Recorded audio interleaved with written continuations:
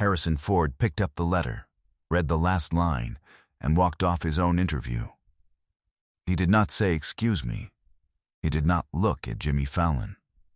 He did not acknowledge the 300 people sitting 10 feet away who had just watched his face do something none of them had ever seen Harrison Ford's face do before. He simply stood up from the chair, folded the letter once along its original crease, placed it carefully in the breast pocket of his jacket, and walked off the side of the stage into the darkness of the wings. Jimmy Fallon sat completely still in his chair. His mouth was open. His hands were flat on his desk.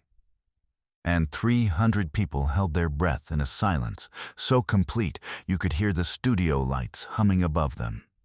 It was a Monday evening taping. April 2024. The Tonight Show starring Jimmy Fallon. Harrison Ford was there promoting a new project, a living legend at 81 years old, one of the last surviving architects of the American blockbuster, a man whose face had been projected onto screens in every country on Earth for 50 years. The audience had lined up that morning. 300 people who had grown up watching him outrun boulders and outfly empires filled those seats with the particular reverence reserved for the figures of your childhood who have somehow managed to remain. Harrison Ford walked out the way Harrison Ford walks everywhere, with the unhurried, slightly impatient gait of a man who has long since stopped pretending to be comfortable in rooms built for spectacle. He shook Jimmy's hand. He sat down. He crossed one leg over the other. He was exactly who you expected him to be. The interview moved the way good interviews move. Easy. Funny, a little gruff around the edges. Two men finding a rhythm. Harrison Ford told a story about a film set that made the entire studio laugh. Jimmy leaned back in his chair the way he does when he is genuinely relaxed. The band was loose. The cameras were easy. Everything was exactly as it was supposed to be. And then Jimmy reached under his desk and brought out an envelope. Not dramatic, not announced. He simply set it on the desk between them and said, "Someone sent this to me, and I think it was meant for you." Harrison Ford looked at the envelope. Then at Jimmy. He picked it up slowly. He turned it over. The handwriting on the front was old. Not elderly exactly, just the handwriting of a generation that learned to write with deliberate care. The letters formed with the patience of someone who believed that how you wrote something was part of what you meant. He opened it. He unfolded the single page inside. He began to read. The studio was quiet while he read. The audience waited with the particular courtesy of people who understand they are watching something private. Harrison Ford's eyes moved down the page. His jaw tightened slightly. Then his jaw released. His right hand, which had been resting on the arm of the chair, moved to his knee and pressed flat. His eyes reached the bottom of the page. He read the last line. He was still for 3 full seconds. And then he stood up, folded the letter, put it in his pocket, and walked off the stage. Jimmy Fallon did not speak. Nobody spoke. The entire studio froze. 300 people looked at one another with the confusion of witnesses who do not yet understand what they have witnessed. Had something in the letter upset him? Had someone died? Was he coming back? Was this Harrison Ford simply being Harrison Ford, famously private, famously allergic to public emotion, removing himself before the feeling could become a performance? The producer in the control booth stood up from her chair. Jimmy Fallon turned to look at the wings where Harrison had disappeared, then back at the audience, then back at the wings. He opened his mouth. Nothing came out. And then, from the side of the stage, Harrison Ford came back. He walked back to his chair the same way he had walked away from it. Without ceremony, without explanation, he sat down. He looked at Jimmy Fallon. His eyes were red. He did not try to explain them or apologize for them or make a joke to cover them. He simply sat there with them, in front of 300 people and a rolling camera, and said, quietly, "How did you find him?" To understand what happened next, you need to understand what happened in 1973. Harrison Ford was not always Harrison Ford. Not the Harrison Ford who filled stadiums and graced magazine covers and became the kind of name that needed no introduction in any language on earth. In 1973, he was 30 years old, a carpenter who acted sometimes. An actor who was not yet certain that acting would survive as anything more than something he did in the hours between jobs. He had done some television. He had done some small films. He had been dismissed by a studio executive 2 years earlier in terms direct enough to leave a mark. He was building a front door in Beverly Hills and wondering, with the particular wonder of a man in his 30s who has not yet arrived anywhere, whether he would ever stop building other people's houses and start inhabiting his own life. It was a February morning in 1973. A gas station on Cahuenga Boulevard in Hollywood, the kind of station that smelled of motor oil and old coffee, and the particular exhaustion of the city before it had fully woken up. Harrison had pulled in with a truck that was making a sound trucks were not supposed to make. He was on his way to a job site in the hills. He did not have time for what the truck was telling him. He pulled in anyway. The man at the pump was named Roy Leach. He was 54 years old, a mechanic who had owned that particular station for 11 years, a widower with 2 adult daughters in the valley, and the patient, unhurried manner of a man who has worked with his hands long enough to know that the thing breaking is never actually the problem. The problem is always something upstream from the breaking. He had a gray mustache and glasses with one arm held together with electrical tape, and he looked at the truck the way mechanics look at things, not at the surface, but through it. He said he could have it fixed in 40 minutes. Harrison said he didn't have 40 minutes. Roy said the truck had already decided otherwise. Harrison Ford sat in the plastic chair inside the station office and waited. Roy worked in the lot outside, and through the smudged window, Harrison watched him with the attention of a man with nothing else to do. There was something in the way Roy Leach worked that held the eye. Not speed, not showmanship. A kind of complete, unhurried competence. Every movement going exactly where it needed to go, no motion wasted. The whole performance of the task stripped of everything except the task itself. Harrison Ford had been trying to do something like that with acting for 15 years and had not yet found the key to it. He watched Roy Leach replace a fuel pump for 40 minutes and understood something he had not been able to articulate before. When the truck was done, Roy leaned in the doorway and told him the cost. Harrison paid it. He stood at the door for a moment. Then he said, without entirely meaning to say it out loud, "How do you do it like that?" Roy looked at him without comprehension. Harrison said, "Work." "How do you work like that?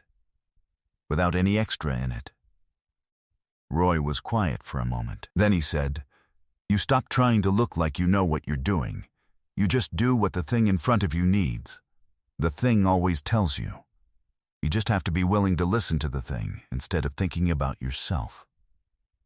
Harrison Ford stood at the door of that gas station office on Cahuenga Boulevard in 1973 and received from a mechanic named Roy Leach the only piece of craft advice he would ever describe in interviews as having changed everything.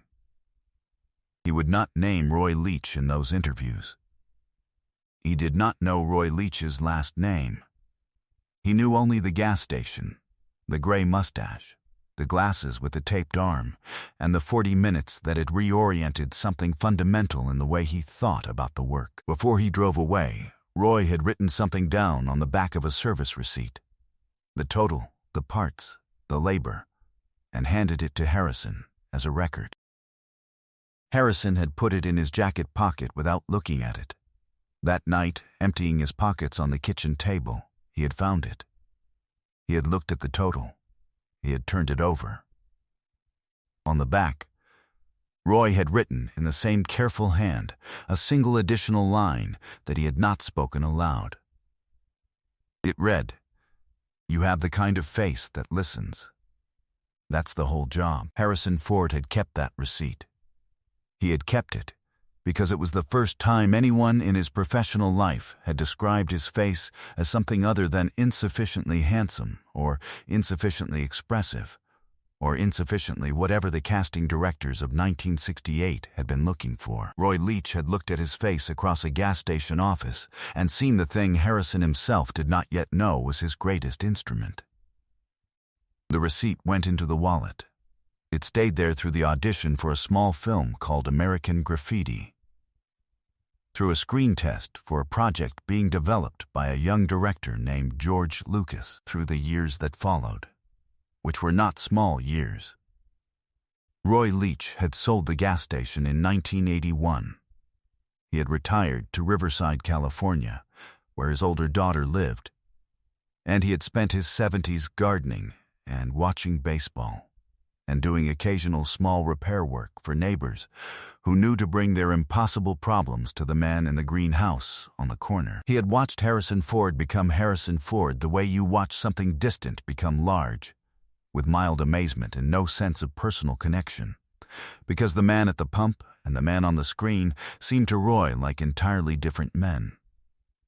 He did not go to the films immediately. Then one afternoon his daughter had taken him to see one, and he had sat in the dark theater and watched Harrison Ford's face do exactly what it had done across a gas station office in 1973. Listen to the thing in front of it, without any extra in it. And Roy Leach had sat in that dark theater and felt the quiet, clean satisfaction of a man who once handed someone the right tool and watched them build something with it. He never reached out. It was not the kind of thing Roy Leach did. But in the winter of 2023, his younger daughter, cleaning out his study while he spent a week in hospital following a small procedure that had announced larger concerns, had found a folder. Inside the folder was a letter, handwritten, dated 3 months earlier, addressed to Harrison Ford in care of a production company, unsealed, never sent. It said what Roy had watched from a distance for 50 years and had never said to another person. His daughter had read it once. Then she had sealed it. Then she had found the address of The Tonight Show on the internet and written a short note explaining only that her father was 85 years old and that the enclosed letter had never been sent and that she believed it should be. Subscribe and leave a comment because the most powerful part of this story is still ahead. Behind the scenes, Jimmy Fallon had made a decision that defied every producer's expectation. The letter had arrived at the show's production offices 6 weeks earlier. Jimmy had read it the same afternoon it was pulled from the mail. He had read it twice. Then he had called his executive producer and said, "Find out if Roy Leach is still alive and if he is able to travel." Roy was alive. He was not able to travel. His health since the winter procedure had moved in the direction that health moves when a man is 85 and has received the kind of news Roy had received. But his daughter had said that if Jimmy Fallon wanted to put her father on a telephone, her father would answer it. The Tonight Show producers knew only that a phone call had been arranged for the end of the Harrison Ford interview segment. They knew none of what the letter contained. Only Jimmy knew. And Jimmy had not told Harrison. He had simply put the letter in an envelope and decided to let Harrison Ford read it in the way Roy Leach had always done things, without preparation, without performance, without any extra in it. Now Harrison Ford was back in his chair. His eyes were red, and he was not apologizing for them. He looked at Jimmy and asked again, "How did you find him?" Jimmy told him. The letter, the daughter, the folder in the study. Harrison Ford listened without moving. When Jimmy finished, Harrison reached into his breast pocket and took the letter out again. He held it in both hands, looking down at it. His thumb ran along the fold. Then he looked up. "There's more," Jimmy said. He reached under the desk and brought out a telephone handset and set it on the desk between them. "Roy Leach is on the line." Harrison Ford looked at the telephone. For a moment he did not move. Then he reached out and picked it up and held it to his ear and said, in a voice that had been stripped of everything except exactly what it was, "Roy, it's Harrison." 300 people did not make a sound. But this is the moment no one in the studio and no one watching at home ever saw coming. The voice that came through the telephone was old and thin and traveled the way old voices travel across telephone lines, with a slight distance to it, as if arriving from somewhere further away than geography. But it was clear. And what Roy Leach said in the careful, unhurried manner of a man who had spent 85 years never using a word he did not mean was this. He said, "I knew it the first time I saw you. Some faces just tell the truth. Yours always did." Harrison Ford's hand tightened around the telephone. His eyes closed for just a moment. When they opened, they were wet.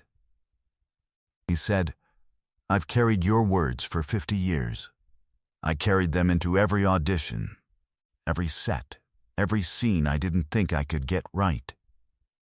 Roy was quiet on the line. Then he said, "You didn't need them, son. I just said what was already there." Harrison said, "You were the first person who ever said it." Roy said, "I reckon somebody had to." Jimmy Fallon stood up from his desk. He stood up and walked to the side of the set and stood there with his back to the cameras and his hand pressed to his mouth, not performing anything, simply standing with it. Questlove set down his drumsticks without a sound. 300 people rose without being asked. The cameraman kept shooting and did not try to hide what was happening behind the lenses. Harrison Ford stayed on the telephone with Roy Leach for 4 minutes. The studio stayed standing the entire time. When he finally set the handset back on the desk, he sat for a moment, looking at nothing in particular. Then he reached into his breast pocket one more time and took out the folded service receipt. Not the letter, the receipt. Old, soft, the paper gone the color of old cream, folded and refolded until the creases were white lines. He set it on the desk and pressed it flat with his palm. He looked at it for a moment. Then he looked up at the audience and said, 51 years. I've carried this for 51 years. And I never told anybody why. Share and subscribe. Make sure this story is never forgotten." Roy Leach passed away 9 weeks after that Monday evening taping, at home in Riverside, with both his daughters beside him. At his request, there was no service. His younger daughter planted a lemon tree in his garden instead, which he had always meant to do himself. The service receipt now sits in a small frame on Harrison Ford's desk at his ranch in Wyoming, next to a photograph of his children. Roy Leach's letter is in the same frame, folded behind it. You cannot see the letter from the outside. You would have to take the frame apart to read it. Harrison Ford has said in the years since that he has never taken it apart, that he does not need to, that he has it memorized, that some words, once you have read them at the right moment, never stop being read. Some tools are only given once, but a good carpenter never sets them down.